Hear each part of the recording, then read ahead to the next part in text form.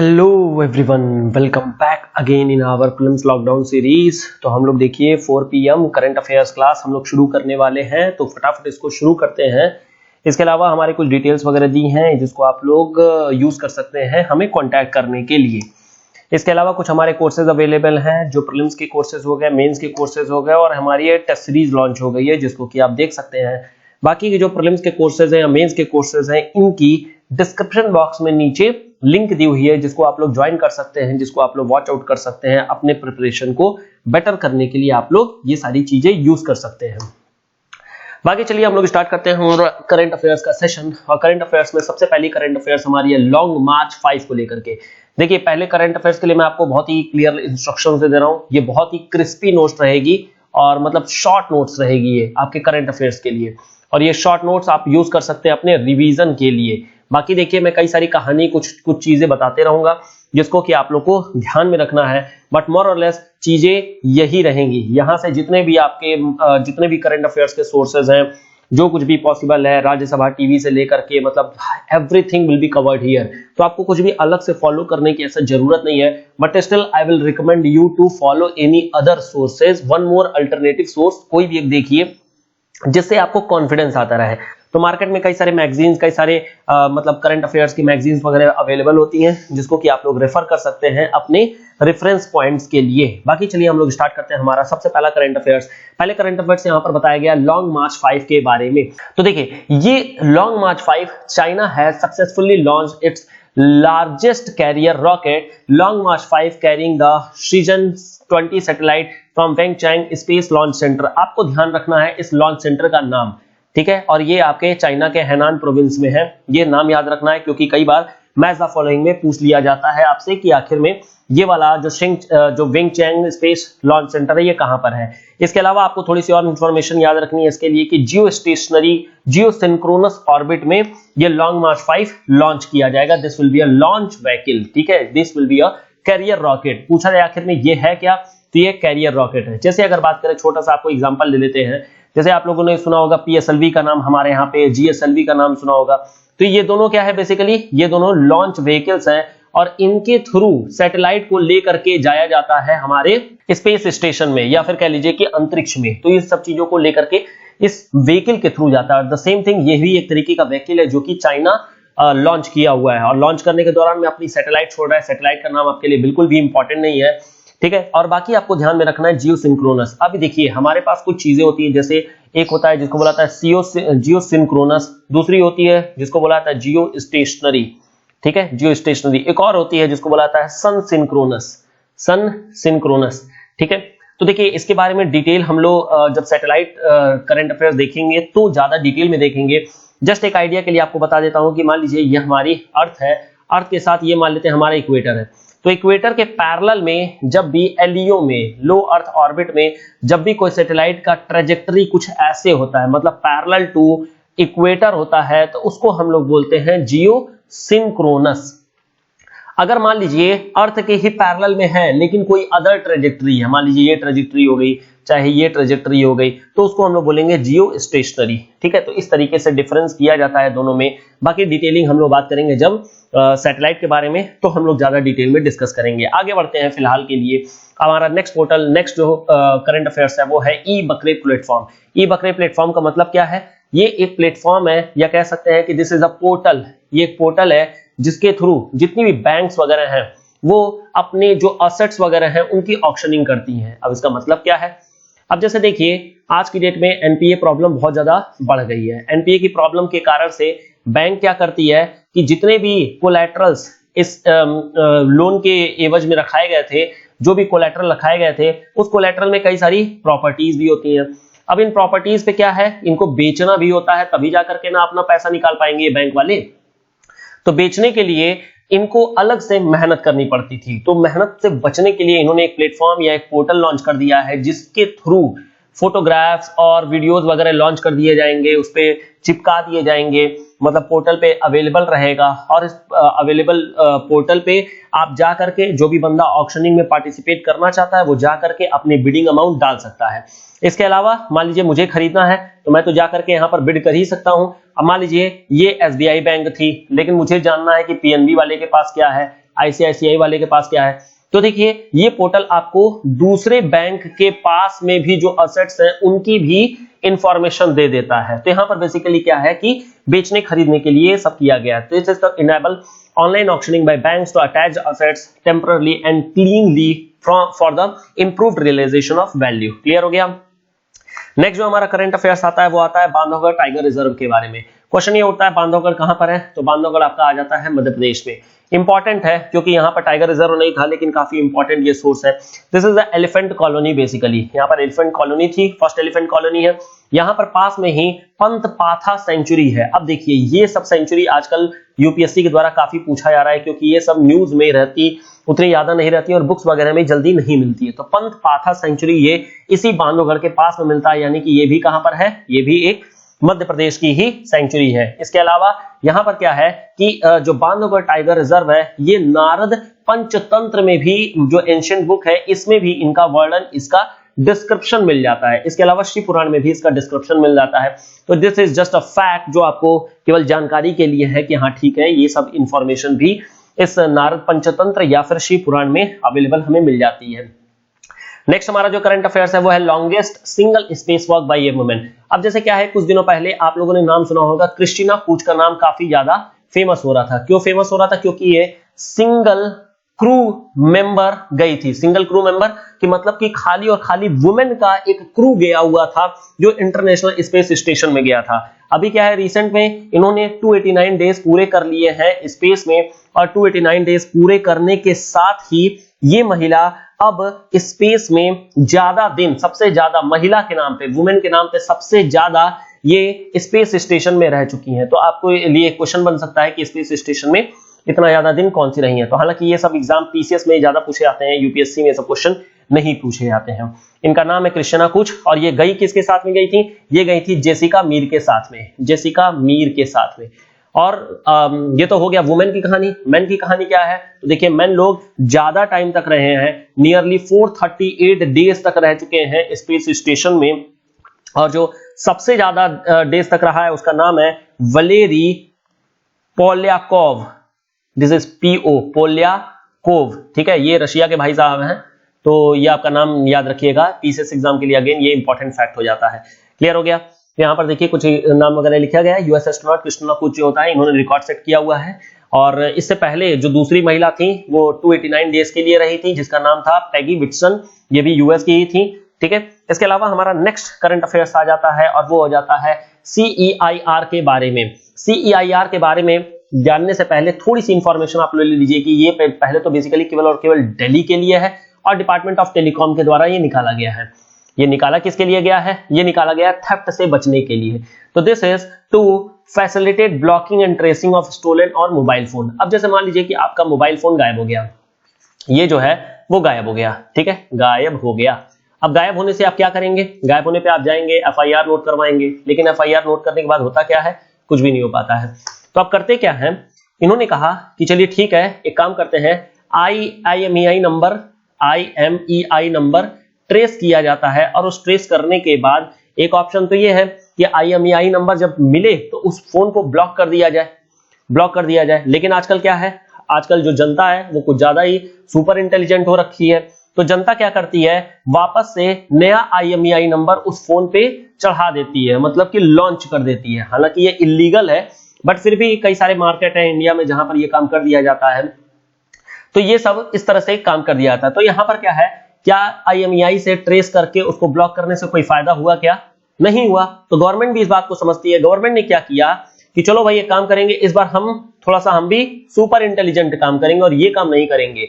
हम लोग क्या करेंगे, IMEI नंबर जब भी मिलेगा तो उस IMEI नंबर को हम लोग ब्लैकलिस्ट करेंगे, ब्लॉक नहीं ब्लैकलिस्ट में डालेंगे, और ब्लैकलिस्ट में डाल करके हर एक सर्विस प्रोवाइडर के पास इसकी इंफॉर्मेशन दे देंगे। जितने भी सर्विस प्रोवाइडर है, सर्विस प्रोवाइडर का मतलब एयरटेल हो गया, BSNL हो गया, MTNL हो गया या वोडाफोन हो गया, जितने भी कैरियर्स हैं, तो उन सब सारे कैरियर को इसकी इंफॉर्मेशन दे देंगे और कहेंगे कि जब भी आपके किसी भी सिम को इस फोन में इंसर्ट किया जाए, तुरंत ही आप इंफॉर्मेशन निकाल करके दे दीजिएगा।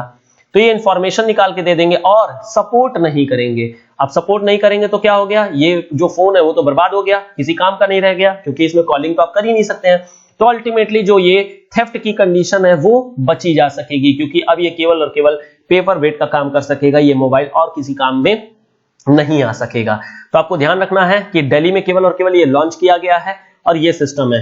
IMEI के बारे में जान लीजिए कि IMEI जो होता है वो एक 15 डिजिट का एक नंबर होता है, 15 डिजिट का नंबर होता है, ठीक है, और ये बैटरी के पीछे लिखा होता है। तो आपसे एक क्वेश्चन पूछा जा सकता है कि IMEI क्या चीज है और इसके बारे में, ठीक है। IMEI का फुल फॉर्म ऐसे क्या होता है बताइएगा आप लोग कमेंट बॉक्स में, what is the full form of IMEI। IMEI का फुल फॉर्म क्या होता है, क्लियर हो गया। अब देखिए सबसे पहली कंट्री जो IMEI अडॉप्ट की थी वो है ऑस्ट्रेलिया। ऑस्ट्रेलिया पहली कंट्री है जिसने IMEI सिस्टम को अडॉप्ट किया हुआ था, ठीक है। This will be a web portal comes under department of telecom. सारा चीज क्लियर हो गया, आगे बढ़ते हैं।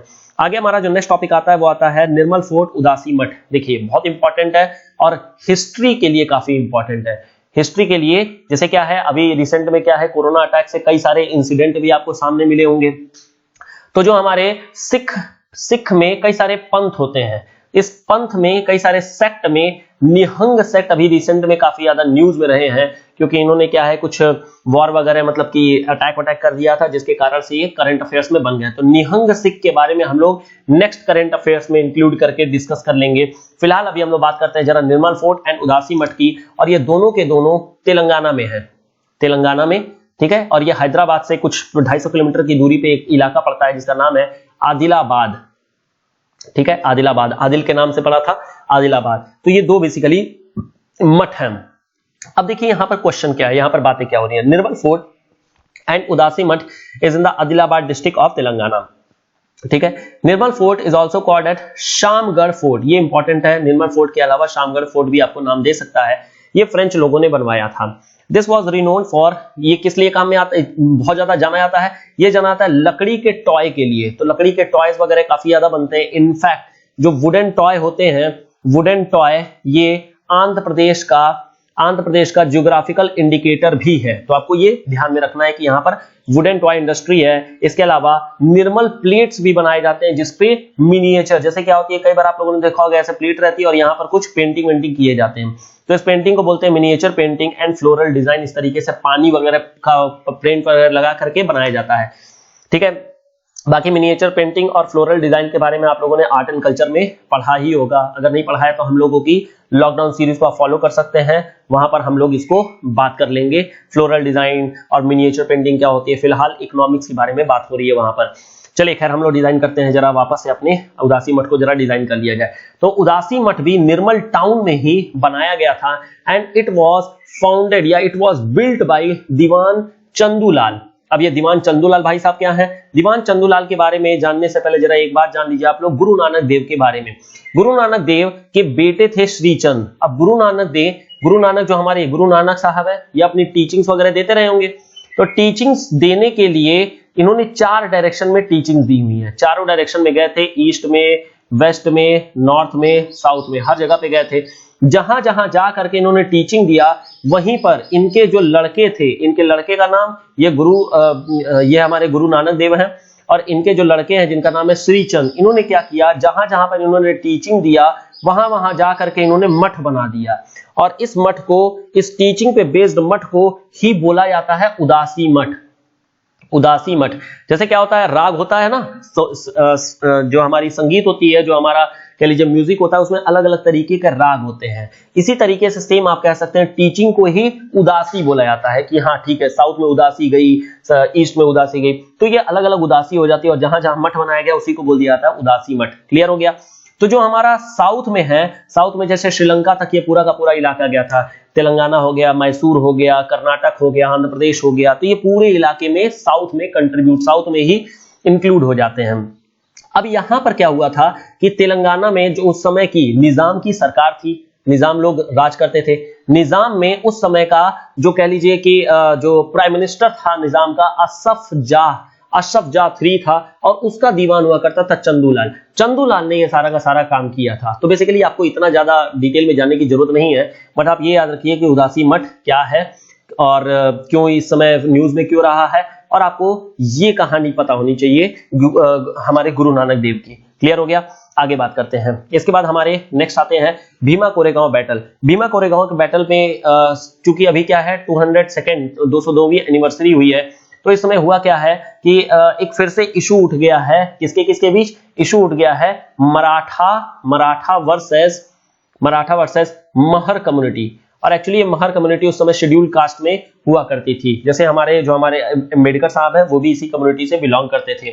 तो मराठाओं और महर्स के बीच में वॉर हुआ था। एक्चुअल में वॉर था मराठा और ब्रिटिश के बीच में, लेकिन ब्रिटिशर्स उस समय महर को ही भेजे हुए थे।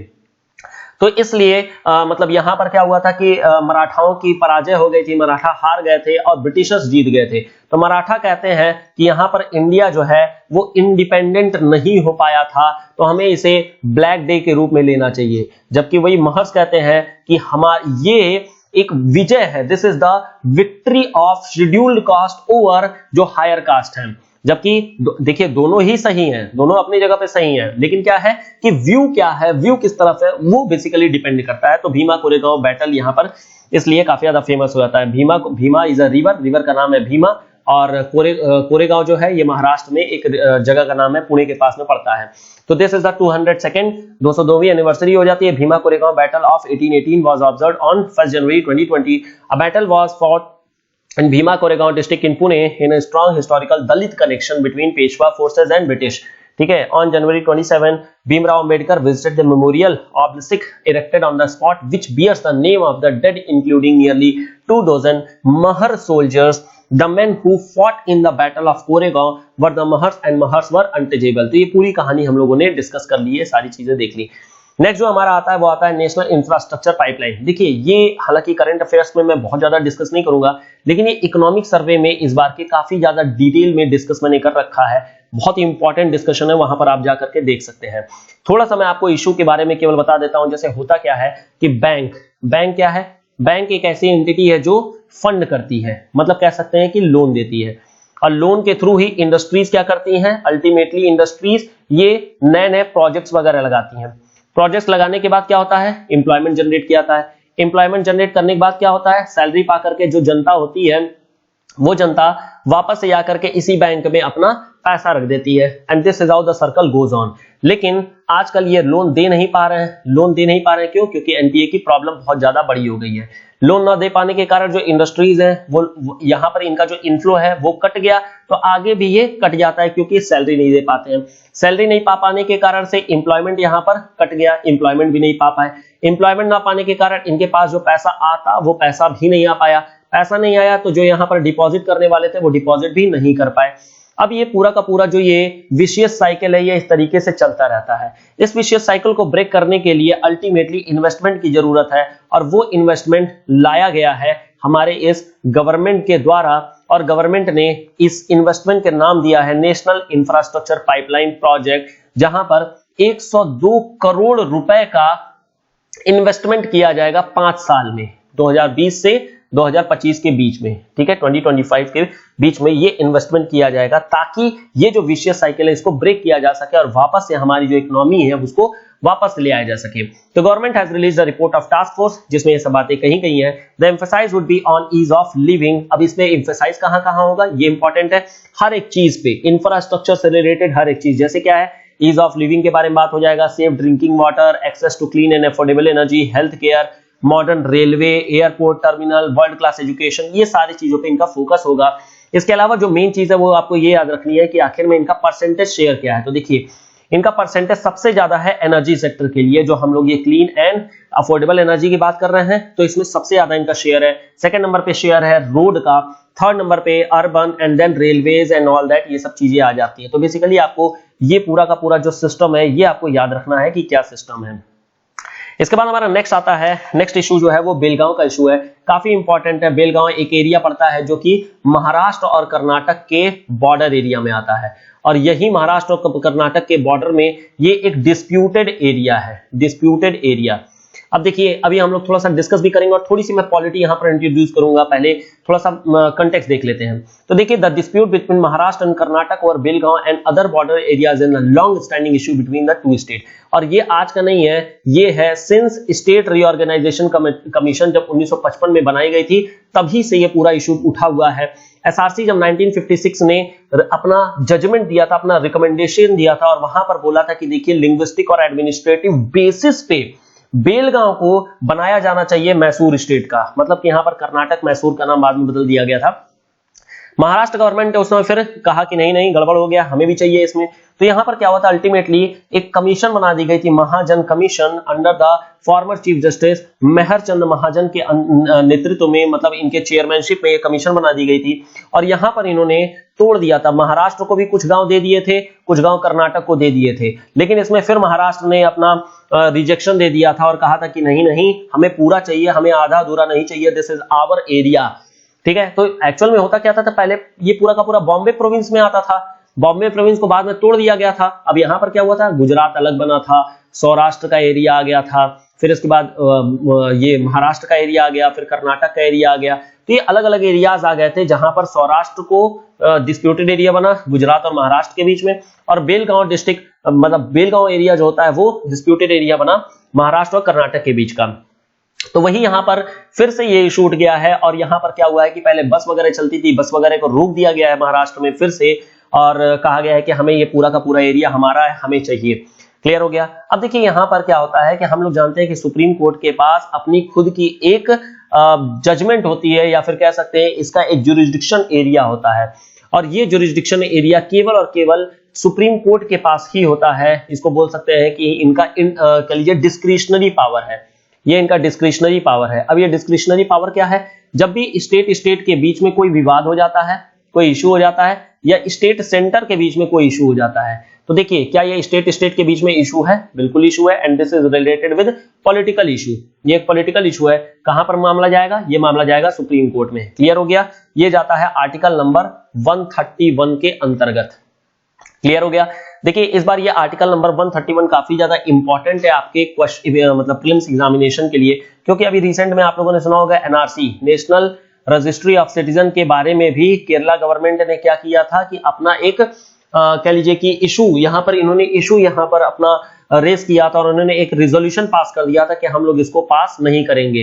लेकिन हालांकि सेंटर का इसमें इंटरफेरेंस है, तो ये रिजोल्यूशन का कोई मतलब नहीं है, लेकिन अगेन केरला जो है जा सकती है सुप्रीम कोर्ट के पास, और ये आ जाएगा स्टेट सेंटर के बीच के विवाद के नाम पे, स्टेट सेंटर इशू के बीच में आ जाएगा।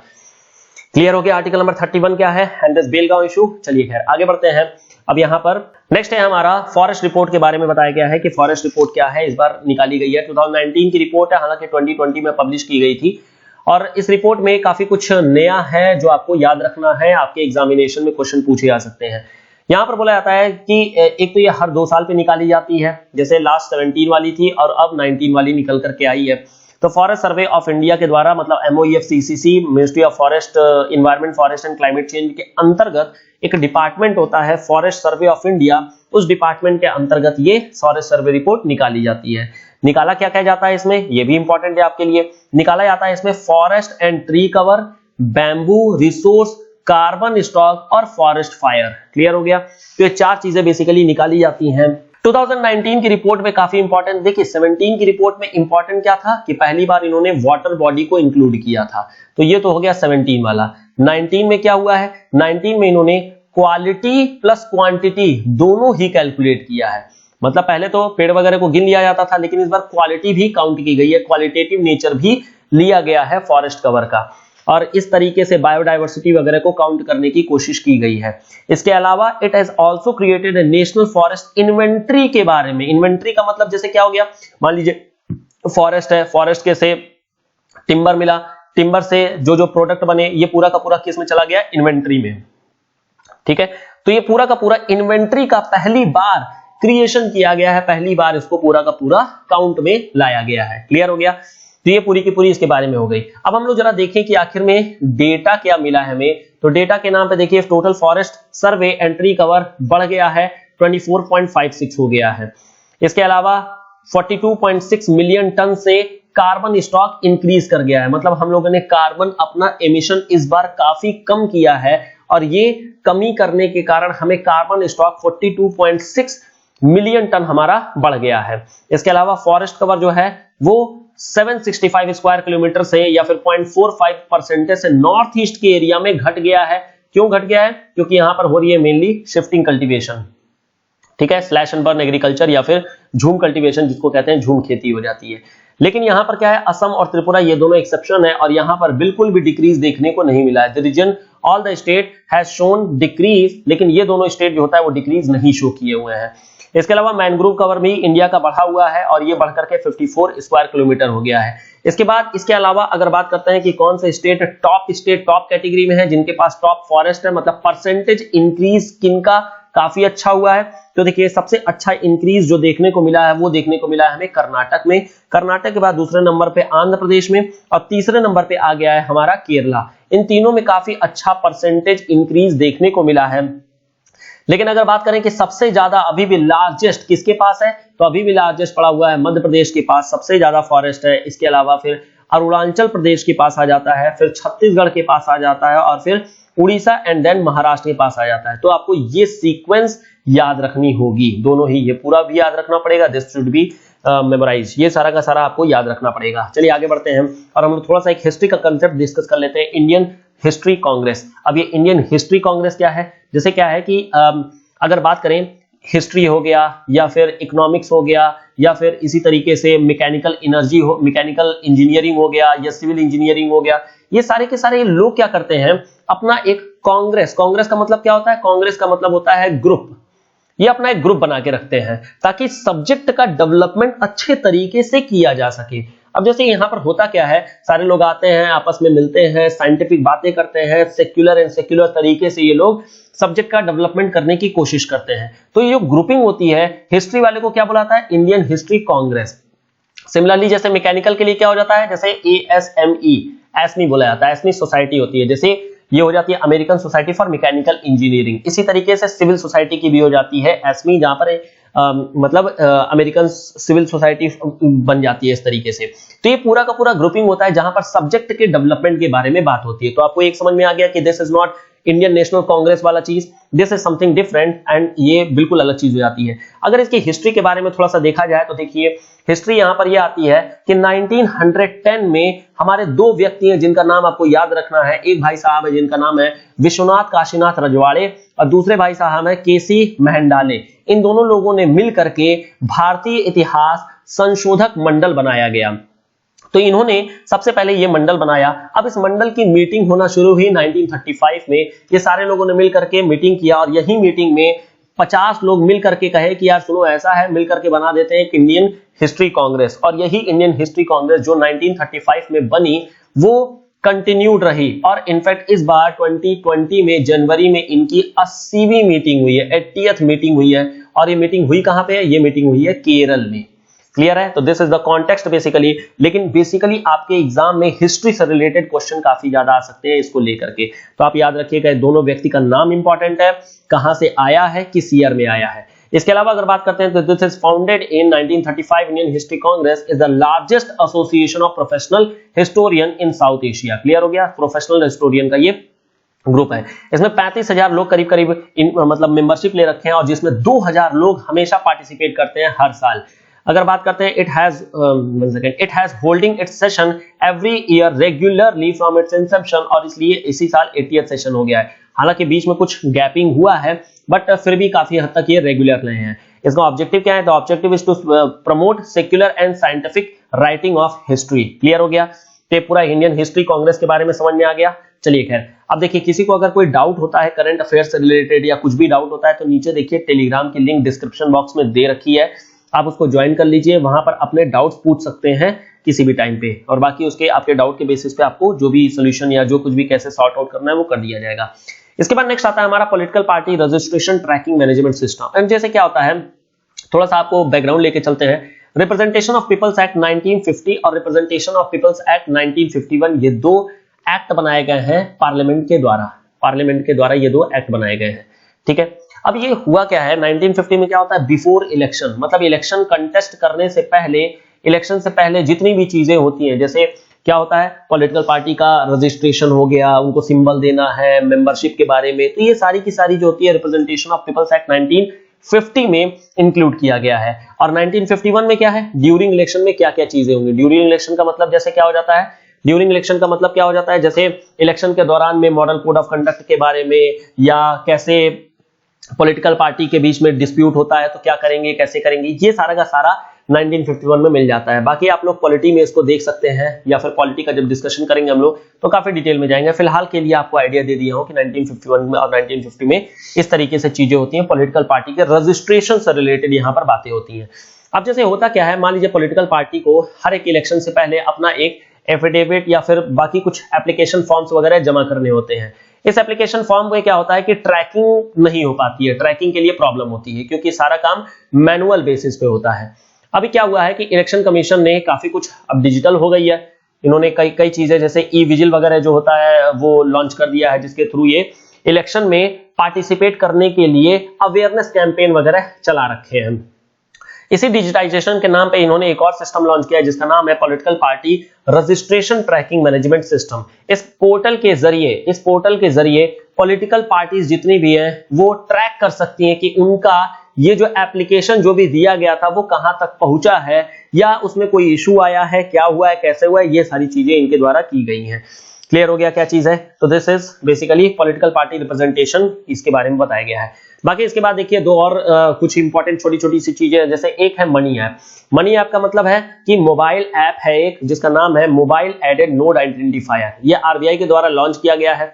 इसमें है क्या, ये एक ऐप बना दिया गया, एप्लीकेशन है, एंड्रॉइड एप्लीकेशन है। इसमें है क्या कि ये ऑनलाइन ऑफलाइन दोनों काम कर सकती है, कुछ खास है नहीं इसमें। इसमें क्या है कि आप जब भी मोबाइल पे लगाएंगे नोट को, क्योंकि क्या है कि अब नई नोट बना चुकी हैं, पहले की नोट जो होती है बड़ी होती थी, आज की नोट छोटी हो गई है, तो एटीएम में भी कैलिब्रेशन करना पड़ा था जब भी एटीएम में रुपए वगैरह रखने आए, तो हमारी नोट बदल गई है। तो जितने भी हमारे ब्लाइंड लोग हैं, पहले तो वो लोग नोट की साइज को, नोट की मोटाई को पकड़ पकड़ के वो पता कर लेते थे 100 रुपए, 20 रुपए, 10 रुपए क्या है।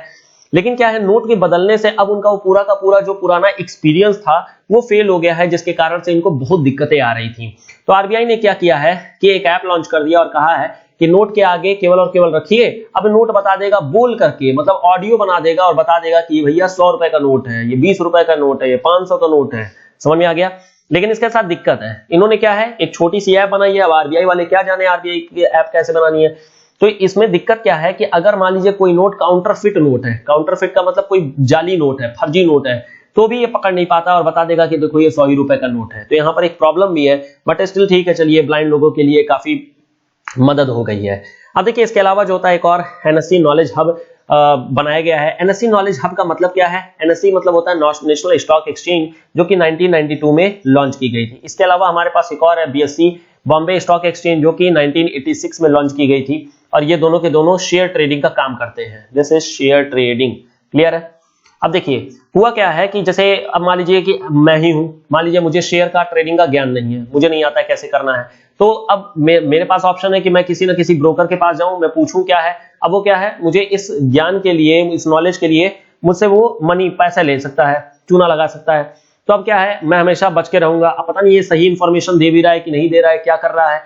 तो अब क्या है कि एनएससी ने एक नॉलेज हब बना दिया, जहां पर किसी को अगर शेयर ट्रेडिंग वगैरह करना है तो उसके लिए इंफॉर्मेशन यहां से ले सकता है, वो नॉलेज हब से। क्लियर हो गया। इसके अलावा एनएससी में जितने लोग काम भी करते हैं, एनएससी के खुद के लोग, अगर इनको किसी प्रकार की इंफॉर्मेशन चाहिए, कोई भी कुछ भी चाहिए, कोई भी इंफॉर्मेशन चाहिए रिलेटेड विद एनी एनएससी, मतलब नेशनल स्टॉक एक्सचेंज के बारे में, तो वो लोग भी इसी के थ्रू जा सकते हैं, एनएससी नॉलेज हब के थ्रू। यानी कि ये इंटरनल जो काम करने वाले लोग हैं, इंटरनल एज वेल एज जो एक्सटर्नल, मतलब कि जो हमारे जैसे लोग हैं, इन दोनों के लिए इंफॉर्मेशन प्रोवाइड कर रहा है। दिस इज बेसिकली इंफॉर्मेशन, ये एक इंफॉर्मेशन पोर्टल है।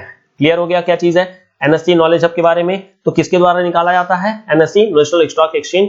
यहाँ पर निफ्टी वगैरह लॉन्च की जाती है, निफ्टी होती है 50 शेयर्स होते हैं, और बीएससी के लिए होता है सेंसेक्स, ठीक है, सेंसिटिव इंडेक्स होती है। बाकी देखिए इनके बारे में हम लोग इकोनॉमिक्स में डिस्कस कर ही रहे हैं, यहाँ पर हम लोग काफी डिटेल में डिस्कस करेंगे जब आएगा आगे।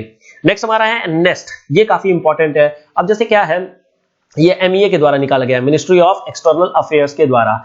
New and emerging strategic technology इसका पूरा नाम है, नेस्ट का पूरा नाम है new and emerging strategic technology. अब ये चीज है क्या?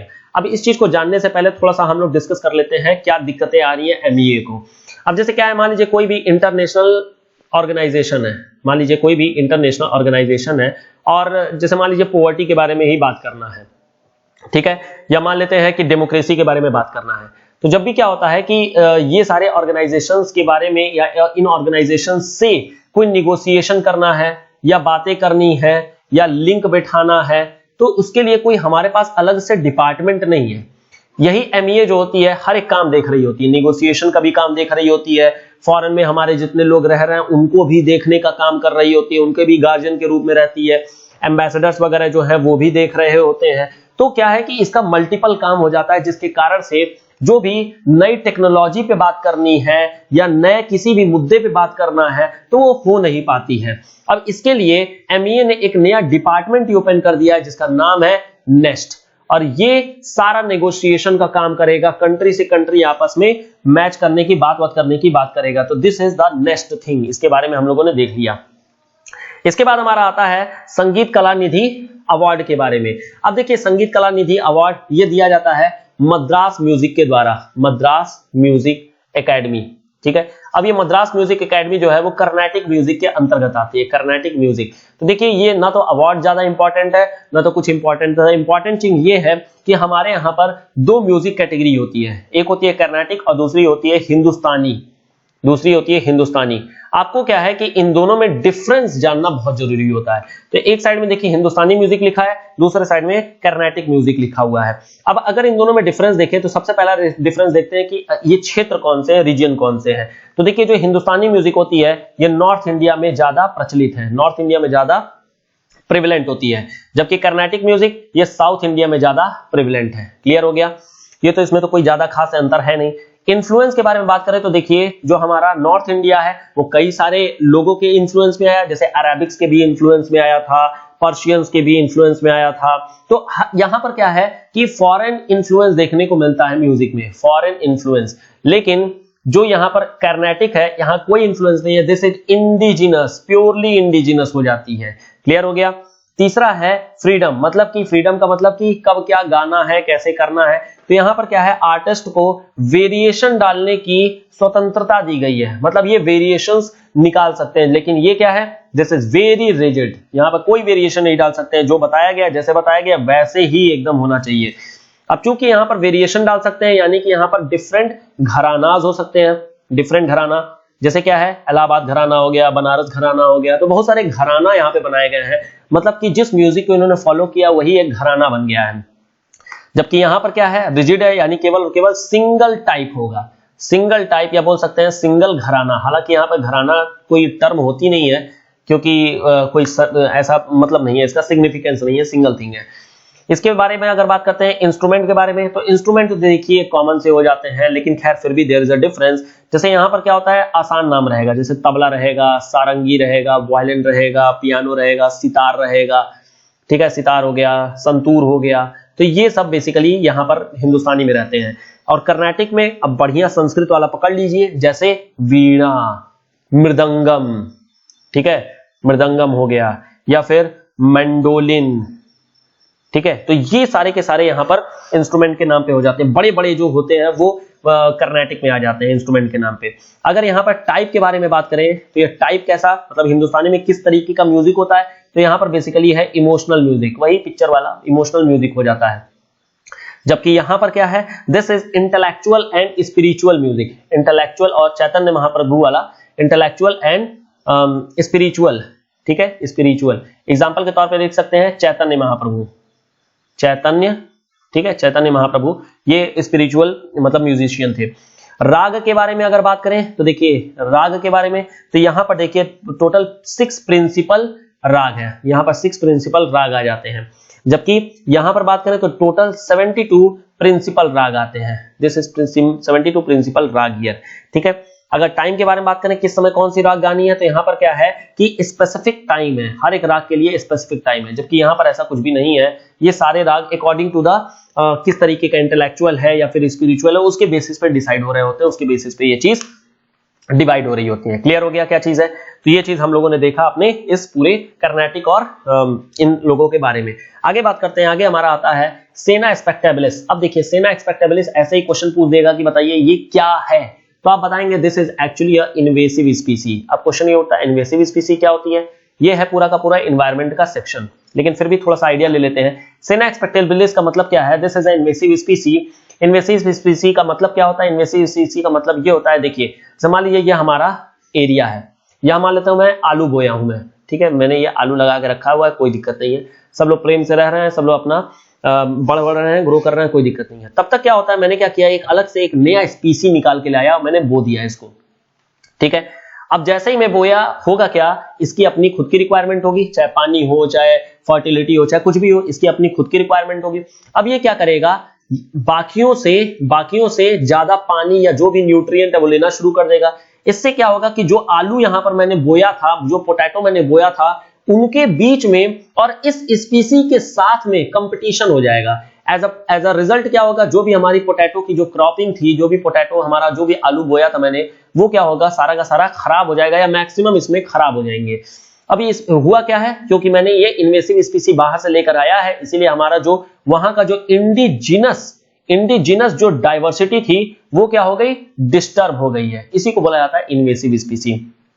सेम वही सेना स्पेक्टेबलिस, ये स्पीसी रिसेंट में केरला में अभी देखने को मिला है कि केरला में जो यहाँ पर हमारी नीलगिरी बायोस्फीयर रिजर्व है, इस नीलगिरी बायोस्फीयर में हुआ क्या है कि यहाँ पर जितने भी पेड़ वगैरह हैं, नीलांबर टीक वैसे पाया जाता है, नीला नीला होता है, इसी के नाम पे ये नीलगिरी पड़ा है, नीलांबर टीक इसको बोला जाता है, नीलांबर टीक, ठीक है, एक तरीके का पौधा होता है, बहुत इंपॉर्टेंट पौधा होता है, क्रिटिकली इंडेंजर्ड है।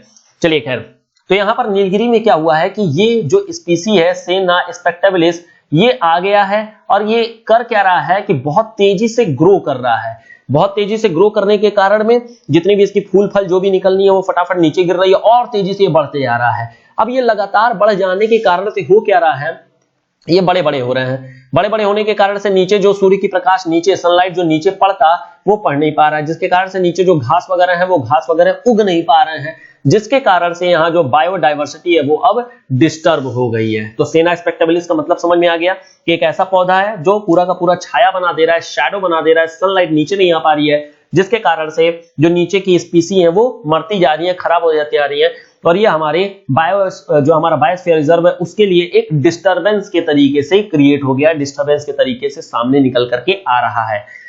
क्लियर हो गया क्या चीज है?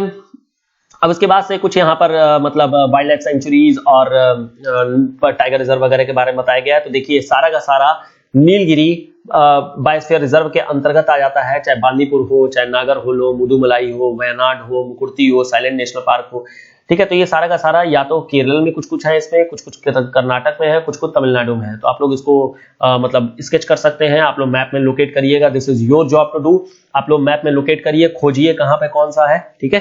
तो ये चीज हम लोग देख सकते हैं एग्जाम में, देखिए बहुत इंपॉर्टेंट है ये सब, हर साल एग्जाम में आ रहा है, तो काफी इंपॉर्टेंट, इसको ध्यान से समझ लीजिएगा। इसके बाद हमारा नेक्स्ट टॉपिक एक आता है सावित्रीबाई फुले के बारे में। सावित्रीबाई फुले ये काफी इंपॉर्टेंट है, काफी इंपॉर्टेंट है। क्यों इंपॉर्टेंट है? ये थी वाइफ किनकी? ज्योतिबा राव फुले की, ठीक है, ज्योतिबा राव फुले की। ये पुणे में लोग रहते थे और ये लोग शेड्यूल कास्ट से बिलोंग करते थे। अब यहाँ पर क्या है कि ये इंडिया की फर्स्ट जनरेशन मॉडर्न फेमिनिस्ट बोल सकते हैं इनको। फर्स्ट जनरेशन वुमेन मेन कौन थे? राजा राम मोहन राय, ठीक है। तो first generation modern feminist for her significant contribution in ensuring equal education opportunity under the British rule. ये देखिए उस समय के बारे में बात हो रही है जिस समय महिलाओं को काफी ज्यादा दबा के रखा जाता था, तो काफी उस समय कह लीजिए कि बैकवर्डनेस थी। She was the first female teacher in India in 1848। तो देख सकते हैं पहली फीमेल टीचर है। इसके अलावा इन्होंने काम किया हुआ है किस पे? कास्ट बेस्ड आइडेंटिटी के अगेंस्ट इन्होंने काम किया, मतलब डिस्क्रिमिनेशन बेस्ड, जो भी डिस्क्रिमिनेशन करते थे उसके ये अगेंस्ट काम की हुई थी, और ये ज्योतिबा राव फुले के साथ मिल करके काम की हुई थी। सत्यशोधक समाज ज्योतिबा राव फुले ने लॉन्च किया हुआ था, उन्हीं के साथ मिलकर के काम वगैरह करती थी। इसके अलावा इन्होंने खुद भी बहुत सारे काम किए थे, जैसे इन्होंने विधवाओं के लिए जो विडोज है उनके लिए शेल्टर बनाया था 1854 में, और बाद में 1864 में और बड़ा कर दिया था, मतलब छोटे छोटे बच्चे जो ब्राइडल्स वगैरह जो विधवा हो जा रहे थे उनको भी यहाँ पे अकोमोडेट किया था। तो काफी बड़े लेवल पे इन्होंने काम किया था। इसके अलावा 1897 में बहुत बड़ा प्लेग फैला था महाराष्ट्र में, और उसके लिए इन्होंने क्लिनिक भी खोला था, जो कि एक बहुत बड़ा एक्ट कह सकते हैं आप। इसके अलावा इन्होंने बाल हत्या प्रतिबंध गृह भी स्थापित किया था। सावित्रीबाई फुले की इंपॉर्टेंस को देखते हुए 2014 में जो यूनिवर्सिटी ऑफ पुणे है उसने अपना नाम बदल करके सावित्रीबाई फुले यूनिवर्सिटी ऑफ पुणे नाम रख दिया गया था। ठीक है, तो ये छोटी सी इंफॉर्मेशन जो आपको ध्यान में रखनी है। इसके अलावा देखिए कुछ और भी इंफॉर्मेशन है, हालांकि हम लोग हिस्ट्री में ज्यादा डिस्कस करेंगे, बट स्टिल यहाँ पर भी छोटी सी इंफॉर्मेशन आप लोग देख सकते हैं कि जैसे सत्याग्रह आश्रम ये जमनालाल बजाज के द्वारा बनाई गई थी। इसके अलावा बॉम्बे एसोसिएशन दादा भाई नौरोजी के द्वारा बनाई गई थी। नेशनल स्कूल एट लाहौर ये लाला लाजपत राय के द्वारा बनाई गई थी। बॉम्बे इंडिया, तो इस तरह से बहुत सारे यहाँ पर हम लोग बात कर सकते हैं जब हम लोग बात करेंगे अपने हिस्ट्री के डिस्कशन में। इसके अलावा देखिए हमारे पास आता है यंग साइंटिस्ट लैब के बारे में। तो देखिए ये डीआरडीओ के द्वारा बनाई जा रही है, 5 स्टेट्स में बनाई जा रही है। 5 स्टेट्स कौन कौन सी हैं? 5 सिटीज में बनाई जा रही है, जैसे हैदराबाद हो गई, चेन्नई होगी, बेंगलोर हो गई, कोलकाता हो गई और मुंबई में बनाई जा रही हैं। इनका काम क्या है? इनका काम है कि जो भी यूथ है उनको डिसीजन मेकिंग पावर और रिसर्च में और ज्यादा से ज्यादा उनको इन्वॉल्व करना है। अगर बात करें इसमें काम क्या किया जाएगा, तो देखिए इसमें काम करने के लिए हमारे पास कुछ इंपॉर्टेंट एरियाज आ गए हैं। जैसे पहला एरिया है आर्टिफिशियल इंटेलिजेंस। तो इसमें तो आपको कुछ बताने की जरूरत नहीं है, what is artificial intelligence. Clear है कि यहाँ पर 4th इंडस्ट्रियल रिवोल्यूशन वाली जो चीज है, रोबोट वगैरह बनाने वाली चीज है, वो आर्टिफिशियल इंटेलिजेंस के बारे में बात हो रही है। दूसरा है क्वांटम टेक्नोलॉजी। तो क्वांटम मैकेनिक्स वाली जो चीज होती है उसके बारे में यहाँ पर रिसर्च करने के बारे में बात हो रही है। इसके अलावा कॉग्निटिव टेक्नोलॉजी का मतलब ये हो जाता है जो कॉग्निशन बेस्ड होती है, साइकोलॉजिकल जो कॉग्निशन है उस पर बेस्ड जो टेक्नोलॉजीज होती है उनको लेकर के है। नेक्स्ट है एसिमेट्रिक टेक्नोलॉजी। एसिमेट्रिक टेक्नोलॉजी का मतलब क्या होता है? एसिमेट्रिक तरीके से जो घूम रही होती है। जैसे मान लीजिए डेटा है, डेटा, ठीक है, डेटा में क्या होता है, जैसे लाइफ आई के बारे में बात करते हैं। लाइफ है क्या है? मान लीजिए this is the light fidelity. अब यहां से लाइट क्या होगी? हर डायरेक्शन में जाएगी, तो देयर विल बी यूनिफॉर्मिटी। लेकिन मान लीजिए आप काम केवल और केवल इस एरिया में आपका हो रहा है, इसी एरिया में हो रहा है, तो ये वाला जो लाइट का जो भी फोटॉन्स है वो तो वेस्ट हो गया, ये तो वेस्ट हो गया। तो यही एसिमेट्रिक टेक्नोलॉजी के बेसिस पे किया जाएगा कि यहां पर एसिमेट्रिक रहेगा, मतलब जितने दूर आपको रिक्वायरमेंट है केवल उतने ही दूर आपकी टेक्नोलॉजी, मतलब जो भी चीज जरूरत है, जैसे अगर इंटरनेट की जरूरत है तो उतने ही दूरी में दिया जाएगा। This will be asymmetric in nature, this will not be symmetric. Clear? इसके अलावा देखिए स्मार्ट मटेरियल। स्मार्ट मटेरियल वो मटेरियल होते हैं जो more than one property show कर रहे होते हैं, जैसे पीजो इलेक्ट्रिक मटेरियल्स हो गए या फिर हो गए इलेक्ट्रो एक्टिव मटेरियल्स हो गए। तो कई सारे ऐसे मटेरियल होते हैं जो अलग अलग टेम्परेचर पे, अलग अलग प्रेशर पे अपनी अलग अलग प्रॉपर्टी शो कर रहे होते हैं और इन्हीं को बुलाता है स्मार्ट मटेरियल्स। इन्हीं मटेरियल को हमें डेवलप करना है, खोजना है और ज्यादा से ज्यादा प्रोड्यूस करना है। तो ये हो गया हमारा यंग साइंटिस्ट लैब के बारे में। इसके अलावा देखिए एक छोटी सी इंफॉर्मेशन है, एन चंद्रशेखरन कमेटी, ये मिनिस्ट्री ऑफ डिफेंस के द्वारा कंस्टिट्यूट की गई थी और इन्होंने use of AI in military के बारे में बात करनी खोजी थी।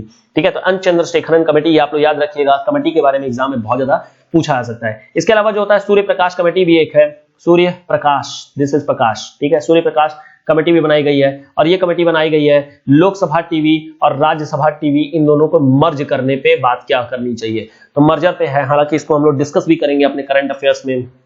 ठीक है, नेक्स्ट हमारा है scientist social responsibility. What is this? जैसे क्या होता है सीएसआर के बारे में आप लोग जानते होंगे, कॉर्पोरेट सोशल रिस्पॉन्सिबिलिटी। यहां पर होता क्या है कि कॉर्पोरेट्स की अपनी एक एक्स्ट्रा रिस्पॉन्सिबिलिटी हो जाती है टुवर्ड्स देयर सोसाइटी, जिसके लिए इन्हें अलग से पैसा देना पड़ता है, इनको एक टैक्स फॉर्मेट रिस्पॉन्सिबिलिटी के फॉर्मेट में देना होता है। सिमिलरली देखिए साइंटिस्ट सोशल रिस्पॉन्सिबिलिटी भी होती है, जहां पर जितने भी साइंटिस्ट हैं उनके लिए भी सोसाइटी के प्रति एक रिस्पॉन्सिबिलिटी होती है। यहाँ पे होता क्या है कि साइंटिस्ट या तो अपने जिस भी गांव से बिलोंग करते हैं, जिस भी एरिया से बिलोंग करते हैं, वहां पर जाएं, वहां पर लोगों को साइंटिफिक डेवलपमेंट के बारे में, रिसर्च के बारे में बताएं, जिससे कि ज्यादा से ज्यादा लोग रिसर्च में एक मतलब अवेयर हो, रिसर्च से अवेयर हो और दूसरा उनके अंदर इंटरेस्ट जागे। तो ये काम करने के लिए बोला गया है साइंटिस्ट सोशल रिस्पॉन्सिबिलिटी में। इसके अलावा साइंटिस्ट को यह भी बोला गया है कि आप अपने जो राइटिंग्स है या फिर जो अपने जो पेपर्स वगैरह होते हैं वो आप अपने आर्टिकल्स वगैरह दीजिए न्यूज़पेपर में, अलग अलग मैगजीन्स में, और ये फ्री ऑफ कॉस्ट काम करिए। और ये एक सोशल रिस्पॉन्सिबिलिटी के तौर पे भी रहेगा, जाकि आपकी जो रिसर्च है, जो भी आप काम कर रहे हैं, वो मार्केट में आए, वो लोगों को पता चले कि क्या काम की जा रही है, कैसे की जा रही है। क्लियर हो गया पूरा ये सिस्टम? तो this is all thing about this current affairs. आज के लिए काफी है इतना, और बाकी मिलते हैं हम लोग अपने नेक्स्ट वीडियो में नेक्स्ट कुछ नए करंट अफेयर्स के साथ। और अगर कोई डाउट रहे तो डिस्क्रिप्शन बॉक्स में टेलीग्राम लिंक दी गई है, वहां पर आप हमसे पूछ सकते हैं जो कुछ भी आपके पास डाउट रहता है। तो मिलते हैं अपने नेक्स्ट वीडियो में, तब तक के लिए थैंक यू सो मच।